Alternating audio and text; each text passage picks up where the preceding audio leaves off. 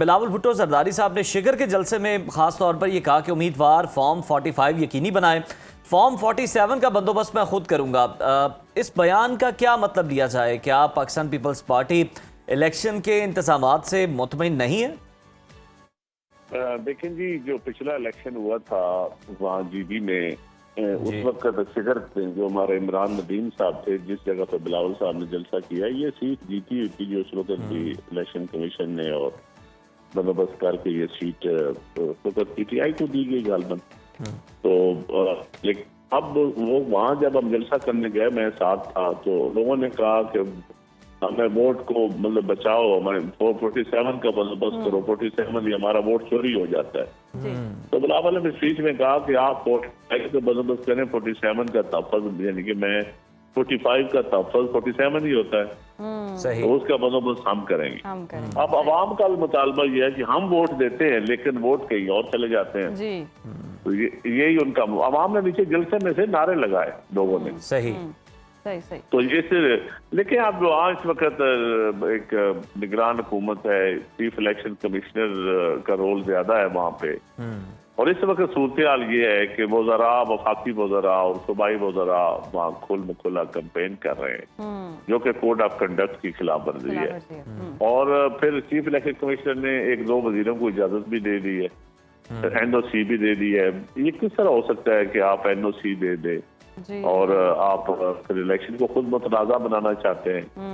और वहाँ कुछ जगह पे आरओज की, एडिशनल आरओज की चेंजेस है जहाँ पे उम्मीदवारों को तहफ़्फ़ुज़ात है।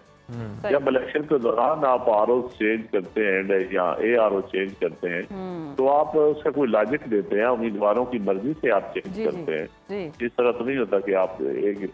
फिर पंजाब पुलिस की तैनाती पे लोगों को बड़े तहफ़्फ़ुज़ात हैं जी, क्योंकि देखिए हमारे भाई हैं पंजाब पुलिस वाले भी, लेकिन ये बदनाम बहुत ज्यादा है जी।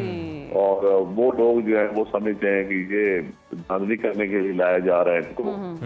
तो क्योंकि अल्टीमेटली जो पंजाब के खिलाफ जो छोटे सूबों में एक नारा जो लोग होते हैं ना, जो नेशनलिस्ट पंजाब के खिलाफ ही एक वेव बनाते हैं, आवाज बनाते हैं। तो पॉलिटिकल जमातें तो पंजाब का नाम नहीं लेती, लेकिन नेशनलिस्ट हर जगह पे, बलोचिस्तान में भी, KPK में भी और GB में भी। तो फिर मेरा ख्याल में इस मौका पे पंजाब पुलिस को वहां नहीं भेजना चाहिए था। आपको वहाँ नीरत पुलिस बनती है KPK की, या आपको फेडरल एजेंसी को भेजना चाहिए था। तो मेरे ख्याल में वहाँ वैसे अमन अमान है। माजी के इंतखाबात में PPP की हमने देखा 9 सीटें चोरी होने का दावा किया गया था। इस बार बकौल आपकी जमात के धांधली ना हो सके, आपने क्या खास इंतजामात किए हैं? लेकिन जी हम तो इलेक्शन कैंपेन कर रहे हैं, भरपूर तरीके से कर रहे हैं महापुरुष के ऊपर, क्योंकि GB में आज तक जो भी उनके काम हुए बड़े बड़े काम, वो शहीद ज़ुल्फ़िकार अली भुट्टो, मोहतरम अली भुट्टो, और उनका जो मेन जो आज असम्बली है या जमाती बुनियादों पे जो इंतखाबात हो रही है, बीबी शहीद ने की जो असम्बली है उनकी, जो वो समझते हैं कि अब हम सूबा बनने के करीब हैं, ये आसिफ अली जरदारी साहब ने पिछले दौर में इनको दिया था। तो लोगों का एक पॉलिटिकल सिस्टम के ऊपर वो चाहते हैं कि हम पॉलिटिकल सिस्टम में आए। वहाँ मजहबी मुनाफत भी बड़ी फैलाने की कोशिश की जाती है, मजहबी तौर पर लोगों को तकसीम करने की कोशिश की जाती है। लेकिन आज वहाँ की नौजवान नस्ल जो है वो पॉलिटिकल सिस्टम के जरिए तब्दीली चाहती है, पॉलिटिकल सिस्टम को ओन करती है। लेकिन इस वक्त जो नौजवान एक पॉलिटिकल सिस्टम में एक्टिव है, तो इसके लिए जरूरी है कि फ्री एंड फेयर इलेक्शन हो और जो लोगों को नजर भी आए। तो अगर खुदा न खासा फ्री एंड फेयर ना हुए तो फिर लोगों का एतमाद उठ जाएगा इलेक्शन के ऊपर। वही फिर जिस तरह कश्मीर में कभी एक्शन कमेटी बन जाती है, बलूचिस्तान में तरीकें चल रही हैं, अगर वहां भी ऐसा हुआ तो मामला खराब होंगे। बिल्कुल, ये इलेक्शन वाले मामला पे भी नज़र रखी जाएगी, पोलिंग डे पर भी। लेकिन चंद साहब, पीपल्स पार्टी इल्ज़ाम लगा रही है कि मुखालिफिन प्री पोल रिगिंग कर रहे हैं। शाजिया मरी ने इंतजामी अफसरान के तबादलों का जिक्र किया, आप भी कुछ आरोज का जिक्र कर रहे हैं। तो आपकी जमात ने इलेक्शन कमीशन के पास बाकायदा शिकायत दर्ज करवाई है, जिस तरह आपके तहफ़्फ़ुज़ात हैं कि किस तरह से आप गुजरा को NOC दे रहे हैं? हमने बाकायदा जी बिल्कुल जमा कराई है इस पे। उन्होंने कहा कि हमारे तो चेयरमैन बिलावल साहब जाने थे, वो जो MLA हैं, पार्टी के सरबराह हैं, तो हमें चीफ इलेक्शन कमिश्नर ने कहा जी बिलावल साहब नहीं आ सकते, आप NOC लें पहले। तो हमने जाके चेयरमैन के लिए NOC की एप्लीकेशन जमा करवाई। ठीक। जबकि इस वक्त देखें वहाँ अमूर कश्मीर और शुमाली इलाका जात के जो वजीर हैं वो वहाँ 20 दिन से कंपेन कर रहे हैं। फिजा फातिमा IT के मिनिस्टर हैं, वो गई हैं। पंजाब के वज़रा आ गए हैं। ठीक है, मियां नवाज शरीफ साहब पार्टी के सरबराह हैं या कोई और पार्टी के सरबराह जाते हैं तो उनका हक है, लेकिन जहाँ वज़रा या एग्जेक्टिव अथॉरिटी रखने वाले, फिर सरकारी फाइल के ऊपर जाने वाले लोग अगर वो जाएंगे तो फिर तो तहफ़्फ़ुज़ात यकीनी, और हम ये राइटिंग दे चुके हैं वहाँ के चीफ इलेक्शन कमिश्नर को। सही। लेकिन सच्ची बात है वो चीफ इलेक्शन कमिश्नर भी कोई मुझे नहीं लगता कि वो भी कोई इंसाफ की बुनियाद पर बातें कर रहे हैं। सही। अच्छा नदीम साहब, जिस तरह से हम देखें तो बैरिस्टर गौहर ने भी इम्तियाजी सलूक का दावा किया है। वो भी ये शिकवा करते हुए नज़र आ रहे हैं कि जी हमसे बेहतर सलूक नहीं हो रहा, लेवल प्लेइंग जो फील्ड है वो नहीं मिल रही है। और फिर असद कैसर वाला हमने केस देखा, तो इस तरह तो इलेक्शन की क्रेडिबिलिटी पर बहुत सारे सवालात उठ रहे हैं। लेकिन ये तो हुकूमत का ये बुनियादी फर्ज भी है, और हमारे इदारे जो इलेक्शन प्रोसेस का हिस्सा होते हैं जिनमें इलेक्शन कमीशन है, इनका बुनियादी काम ही ये है कि आप लोगों के सामने जो इदारे हैं वो ऐसे रिफॉर्म्स करें और लोगों का इदारों के ऊपर एतमाद बहाल हो। अगर लोगों का इदारों के ऊपर एतमाद बहाल नहीं होगा तो ये रियासत की कमजोरी होगी। तो रियासत जब कमजोरी की तरफ जाती है तो फिर रियासत एक्शन शुरू कर देती है और फिर तशद्दुद की तरफ चीजें जाती हैं। तो इसलिए हम कहते हैं कि आप जो छोटे सूबे हैं जो बैरूनियों के शिकार हैं, जिन जहाँ यकीनन वसाइल में वो हम सबसे अमीर लोग हैं, लेकिन वैसे उनकी जिंदगी देखी जाए तो वो बिल्कुल बेचारे सफेद पोश और गुर्बत की और मेहनती लोग हैं, और वहाँ का अंदाजे जिंदगी जो है वो हमारे किसी पटवारी से भी कमतर है। तो मैं समझता हूँ कि ये चीजें थोड़ा सा देखना पड़ेगा कि जिन लोगों के पास वसाइल की अमीर तरीन खिता और वैसे गरीब तरीन खिता, तो ये इस तब्दीली हम इस पे अमल दरामद या इसमें काम करना हम इलेक्शन के जरिए कर सकते हैं। और उनकी असम्बली है, फिर हम उनको अभी तक चलो ठीक है सूबा नहीं बना रहे या उनको मरकज में सीटें नहीं दे रहे, लेकिन जो उनकी असम्बली है उसमें तो उनको हक दिया जाए कि वो अपनी मर्जी के नुमाइंदे चुने और उनको मौका दिया जाए कि क्या उधर एक तरफ वफाक कहता है कि जी हमारे पास पैसे नहीं है, वफाक पे बोझ ज्यादा है। वजारत अमूर कश्मीर की अब जरूरत क्या है? ये गिलगित बल्तिस्तान की वजारत जो वफाकी वजीर है, जो वजारत है, ऐसी वजारतें भी बंद करनी चाहिए जो 18वीं तरमीम के बाद बंद होनी चाहिए थी, जो बोझ थी वफाक के ऊपर। जो इसी तरह वहाँ आप अगर आप वाइस राय इस्लामाबाद में बैठ के आप पॉलिटिकल वाइस राय या ब्यूरोक्रेटिक वाइस राय हो और आप वहाँ जाकर अपना छोटे सूबों में हुक्मरानी करना चाहें, वहाँ के इलेक्शन प्रोसेस को आप अपनी मर्जी के मुताबिक डालना चाहें, तो ये बेहतर नहीं होगा मेरे ख्याल में। ना पाकिस्तान के लिए बेहतर होगा, ना उस खित्ते के लिए बेहतर होगा। बिल्कुल सही। चंद साहब, इलेक्शन कमीशन को देखें तो उसने नई इंतखाबी फहरिस्तों में गलतियों की शिकायत पर पुराना इलेक्टोरल रूल 2026 नाफिज किया है। क्या इतने बड़े इलेक्शन से महज चंद दिन पहले वोटर लिस्टों का रद्दोबदल वोटर्स को कंफ्यूज नहीं करेगा? बिल्कुल जी कंफ्यूज करेगा। यही तो हम बात कर रहे हैं कि वोटर लिस्ट हो या अमले की तब्दीली हो या सिक्योरिटी के नाम पे पंजाब पुलिस हो, क्योंकि पंजाब की हुकूमत का मतलब है नून लीग की हुकूमत या वफाक की हुकूमत भी नून लीग की है। लेकिन वफाक, क्योंकि वफाक का जामी को सूबा मदद मांगे तो वो वफाक से फोर्सेस। चांद साहब, आपकी मदद के सहारे ही तो हुकूमत खड़ी है, अहम इत्तेहादी है पीपल्स पार्टी। आप बात कर लें नून लीग से कि जनाब चले, अगर आपने पंजाब पुलिस लगानी आधी वहां से ले लें, आधी सिंध से ले लें। सबसे पहले तो हम इलेक्शन कमीशन से बात कर रहे हैं, उसके बाद हम हुकूमत से भी बात करेंगे। हम तो चाहते हैं, हम तो जलसों में खड़े होकर चेयरमैन बिलावल कह रहे हैं कि फ्री एंड फेयर इलेक्शन होने चाहिए, लेवल प्लेइंग फील्ड दें, सबके लिए एक जैसा मौका दें।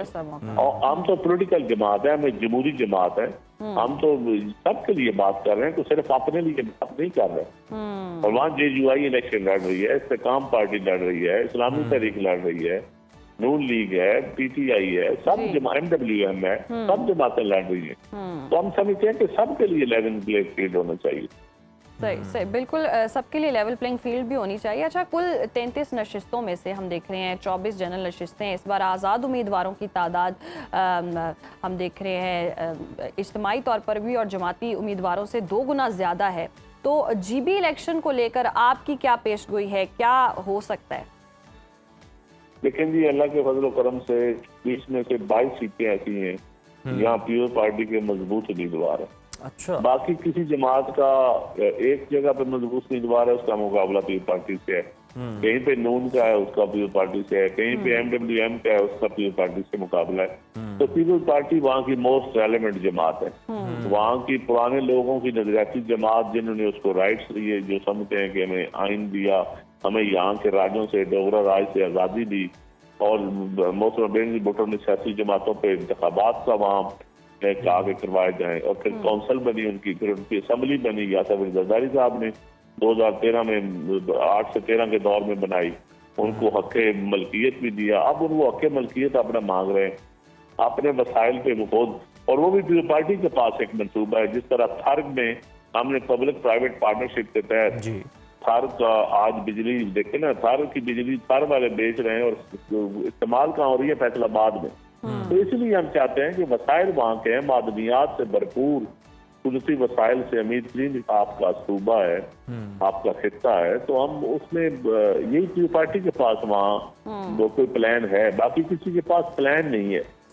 बाकी तो कोई मजहब के नाम पे वोट मांग रहा है, कोई अपने फंड्स की बुनियाद पे हुकूमती जोर पे वोट मांग रहा है। लेकिन नदीम साहब, नवाज शरीफ दावा तो कर रहे हैं ना, वोट मिले ना मिले सहूलियात फराहम करेंगे, तो अब दावे वादे तो किए जाते हैं, अब उसके अकॉर्डिंग जो ऐसी बात है जी, हम उनके दावों को खुशाइन कहते हैं, हमें कोई उसमें हर्ज नहीं है, उनका हक है दावे करना। लेकिन यहाँ ग्राउंड रियलिटी जो है ना, उसमें देखें सारी हुकूमतें बनी है, PTI की भी रही है, नून लीग की भी दूसरी दफा बन रही है, पहले 13 से 18 थी, अब दूसरी दफा है। तो वहाँ तो आपने नहीं ना उनको सूबा दिया, ना उनको पैसे दिए, ना उनको जो उनके पुराने मंसूबे थे वो भी रुके हुए हैं। तो जो दो हुकूमतें करके भी कुछ न दे सके, पीपल्स पार्टी को तो हुकूमतें मिली, तो पीपल्स पार्टी ने तो उनको सब कुछ दिया, भुट्टो साहब से लेकर आसिफ जरदारी तक सब कुछ तो उनको पीपल्स पार्टी ने दिया है। तो इसलिए वो खिताब वो नौजवान समझते हैं कि बिलावल साहब के साथ जो उनका इंटरेक्शन हुआ है तो उससे भी वो नौजवान खुश है। लेकिन असल चीज है फ्री एंड फेयर इलेक्शन। बिल्कुल फ्री एंड फेयर इलेक्शन होना चाहिए। चंद साहब, और आप जिस तरह से बात कर रहे हैं कि हमारे पास बड़ा ज़बरदस्त प्लान मौजूद है तरक्की के लिए गिलगित बल्तिस्तान की, और कुछ लोग मजहबी बुनियादों पर वोट मांग रहे हैं। नून लीग जो है वो कारकर्दगी की बुनियाद पर कह रहे हैं कि हम वोट मांग रहे हैं, और पंजाब को एज अ मॉडल जो है वो रख रहे हैं और दिखा रहे हैं कि जनाब ये देखें कि हमने पंजाब में इतना काम किया तो हम यहाँ पे भी कर सकते हैं। आप भी कोई सिंध की बुनियाद पर कारकर्दगी दिखाकर कोई वोट मांग रहे हैं? देखिए, कारकर्दगी की बुनियाद में अगर आज मुफ्त इलाज हो रहा है ना लिवर का या दिल का या किडनी का, तो वो सिर्फ सिंध में हो रहा है। पंजाब में अगर कहीं हो रहा है तो बता दें। और दूसरा, अगर पब्लिक प्राइवेट पार्टनरशिप के तहत जो आज हम बिजली पैदा कर रहे हैं और जो मंसूबे हैं, जो सड़कें बन रही हैं, अगर पंजाब में हैं तो वो बता दें। हाँ, आपने सुथरा पंजाब किया हुआ है अरबों खरबों लगा के, लेकिन वो लोगों से पूछें क्या हाल है उसका। आपने आज कल्चर का हाल किया हुआ है। पंजाब सबसे बड़ा सूबा है जिसने ज़राअत के जरिए दूसरे सूबों को कुछ फीड करना था, इस मुल्क की फेडरेशन को। लेकिन नदीम साहब, अगर आप ये कह रहे हैं कि पंजाब में इस तरह के मसाइल हैं, सुथरा पंजाब अगर हम देखें तो नो डाउट ये कारकर्दगी नजर आती है, पंजाब सुथरा भी नजर आता है, लेकिन कराची उस तरह से सुथरा नजर नहीं आता। आज भी कूड़ा करकट जो है आपको पंजाब जो है ना, पंजाब सिर्फ माल रोड या गुलबर्ग लिबर्टी मार्केट पंजाब नहीं है। आप पंजाब के भी इलाकों में, दूर दराज इलाकों में जाएं, आपको वो रावी सुख चैन नहीं है वहाँ भी। और फिर जो फंड इस्तेमाल देखें ना, आज अगर ट्रेन चली है मेट्रो, तो ये सी पैक का मंसूबा है, तो सी पैक शुरू तो गिलगित बल्तिस्तान से हुआ था ना। तो बेशक, लेकिन नदीम साहब, छोटे से छोटी जगह भी अगर लाहौर की कंपेयर की जाए ना, तो वहाँ अगर कराची में हल्की सी बारिश हो जाती है तो निजाम दरहम बरहम हो जाता है, इमारतें खस्ता हाल होती हैं। अगर उस तरह से सूरत हाल देखें ना तो कंपैरेटिवली कराची, मेरी बात सुने ना, मेरी बात सुने। कराची का मसाइल था, कराची में बोरी बंद लाशें मिलती थी, कराची खून आलूद कराची पीपल्स पार्टी को दिया गया। आज वो बोरी बंद लाशें तो नहीं है ना, आज खून आलूद कराची तो नहीं है। कराची डेली देखे पूरे पाकिस्तान के लोगों को संभालता है, फीड करता है। तो कराची के मसाइल आबादी के हिसाब से, मसाइल के हिसाब से वहाँ जरूर एक है कमी, लेकिन कराची को आप आज भी बिजनेस हब तो कराची है आपका, सारे मसाइलों के बावजूद, लेकिन वहाँ कोशिश हो रही है। जिस तरह कराची को लसानी बुनियादों पे, फिरका वारियत की बुनियादों पे, वार लॉर्ड के जरिए वहाँ एक ऐसी लड़ाई जारी रखी गई जो आमरीयत के दौर में ज़ियाउल हक से शुरू हुई और मुशर्रफ तक रही, तो उसको खत्म भी तो पीपल्स पार्टी के जरिए जमहूरी रवैयों ने किया ना। सही। अगर आप तो ये भी आप चीज देखें ना, आप इस चीज को काउंट ही नहीं करते। आप सही। सिर्फ और जो कैमरा कराची में बिछाता है वो कैमरा कभी डीजी खान राजनपुर में जो सैलाब ज़दा इलाकों में पंजाब से जाए ना, जहाँ सैलाब आया था, जी। उन तबाह हार सैलाब बिल्कुल के नदीम दौरान तो अफजल कभी कैमरा चंद में साहब, दिखाया। अगर इस तरह कंपैरिजन करें तो मसाइल हम देख रहे हैं शहर के भी और सोसाइटी के भी जूं के तू ही हैं, और अगर हल निकल सकता है तो सियासतदान दावा तो बहुत करते हैं, इलेक्शन से पहले होता ही है, ऐलानात तो होते हैं, लेट्स सी क्या हो सकता है। हम उम्मीद ही कर सकते हैं जो भी आए बेहतर आए और बेहतर कर सके। आवाम के लिए आपके वक्त का शुक्रिया।